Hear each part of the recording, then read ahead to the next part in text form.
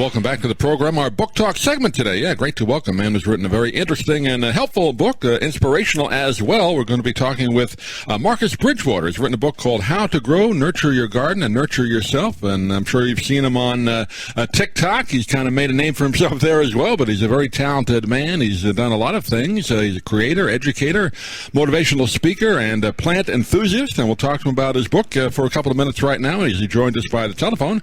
Marcus, great to talk with you. How are you? I'm doing fantastic. Thank you so much for having me. Yeah, I was happy to when I got the notes that this book was available and you were available, because I've always kind of been a vegetable garden kind of person. I grew up in New York and Long Island. We always had a vegetable garden in our backyard every year. I haven't done it since I moved to Florida. I hope to do it again, but it kind of fascinated me that way. And just reading how you've got kind of incorporated having your own garden and helping yourself, because I found that as well. There's something about nurturing a garden that helps you. It's so true. If you have spent any time outside, you spend time finding it somewhat relaxing and at the same time engaging and inspiring.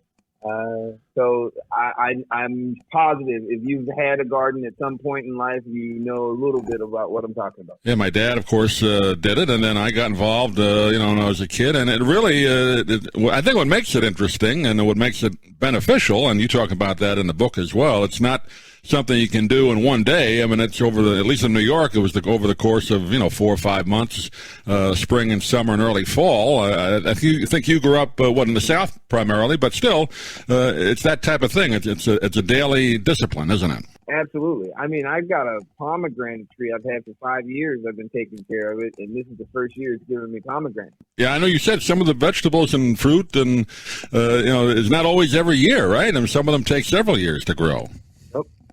So many years, yeah. I mean, my pineapples, I lost them in the freeze last year. They were several years old, and they were in their last year of growth before they fruited.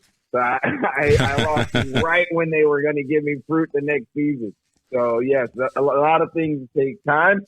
And sometimes you don't always get what you're hoping for, but a lot of times you get more than what you expect. And again, for the people not aware of your work, and again, this book is kind of broken down into 3 different parts, mental health and cultivating your garden within, physical fitness, managing the growth, and then spiritual awareness, finding harmony by nurturing connection. So there's a combination of the physical, obviously doing the gardening work, but like you said, these 3 parts come together. First of all, how'd you get involved in this kind of work?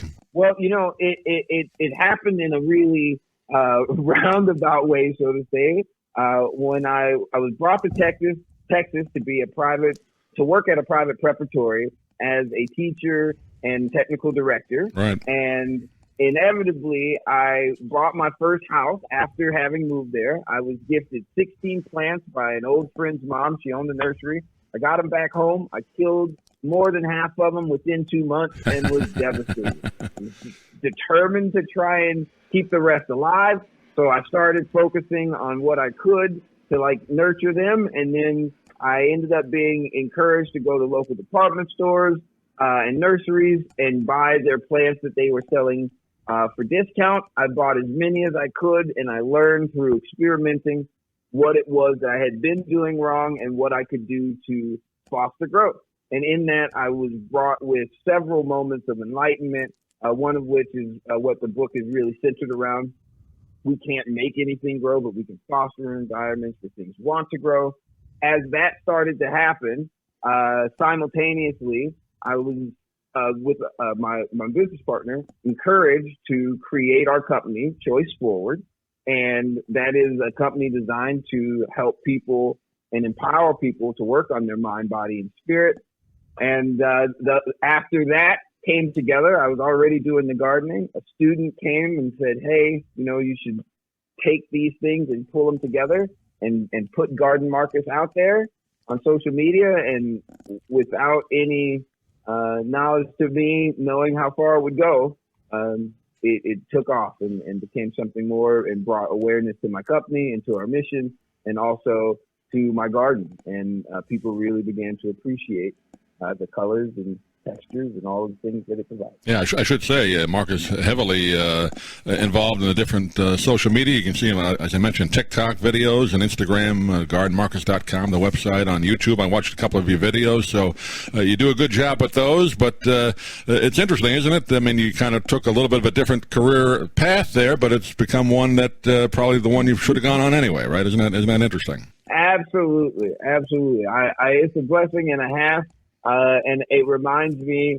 I touch a little bit on this in the book, but it reminds me of how opportunity is everywhere, and more often than not, we stunt ourselves and stunt our ability to seize opportunity with predetermined notions and lack of determination to just keep trying and challenge ourselves to do. I would never have done social media if my community hadn't challenged me to do it. I didn't know anything about social media. I didn't know what a DM was, and I was definitely interacting with all of the different icons wrong.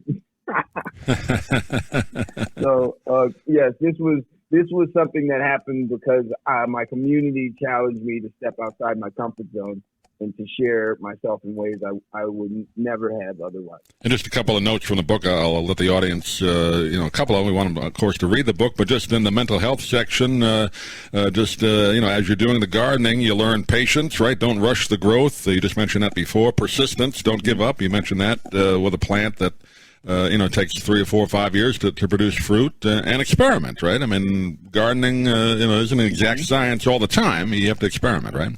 Right, absolutely. And the same is to be said about ourselves and how we learn about ourselves. Nothing is predetermined. And a lot of times I think some of us feel like we fail if we lose a plant, or we failed if we tried something that was supposed to better us and it didn't work the first time. And often, to me, I'm like, no, think about it more as an experiment. You're trying what you think is going to work, and you're taking time to log and record, to note that experience in your journal so that you can learn from it and keep using it to better yourself as you continue experimenting. Right. Was there one thing, Marcus, that kind of when you started this, the journey into the gardening part of it, that maybe you learned that you didn't expect that you got out of it? Oh yeah, so many things. I mean, all of the things I share on Instagram are tidbits of wisdom I learned and feel inspired by, and so decide to share them. But I think one of them that goes back to the core is that we share the soil. We all share the same soil. And so when you stop to consider a large planter and putting 16 different plants into it and watching those plant roots spread out, some are shallow, some go to the middle, some go very deep. It reminds me of when I was a teacher and I was teaching 16 new students, and each student had their own style, their own thought process. But I, as the gardener and as the teacher, need to make sure that the plants are working together to nurture the community as a whole so that we all grow together. Yeah, good point, because we all grow differently, right? And plants all grow differently. No two really exactly the same. So that's one of the great lessons to learn. Yeah. How to Grow, Nurture Your Garden, and Nurture Yourself is the title of the book. I just want to give the full title, Marcus, and where can people get it? You want to give out the website for that? Oh, you can get it anywhere books are sold. And I feel incredibly blessed to be able to say that, but literally you can get it everywhere. Great. And we'll also put a link on our website as well. And give out your website for your company again. It's great, Choice Forward, right? Yep, Choice Forward. You can find us on Instagram at Choice Forward, and the website is choiceforward.com. And then you can find Garden Marcus, Kind, Patient, Positive videos on TikTok at Garden Marcus, on Instagram at Garden_Marcus, and also gardenmarcus.com. Great. I wish we had more time. Hopefully we can talk to you again, Marcus, but congratulations on the book. Good luck with that, and hopefully we'll talk to you again. But thanks for being with us today. I look forward to the next time. Thank you so much for having me, and I hope you have a great rest of your day, Doug. Great. Thank you. I'm Stan Brock. 30 years ago, I formed Remote Area Medical to help people overseas. But then we found generations of families in America isolated by poverty from the health care they need. Together, we can take dental, vision, and medical help to 1 million adults and their kids, right here at home in the United States of America.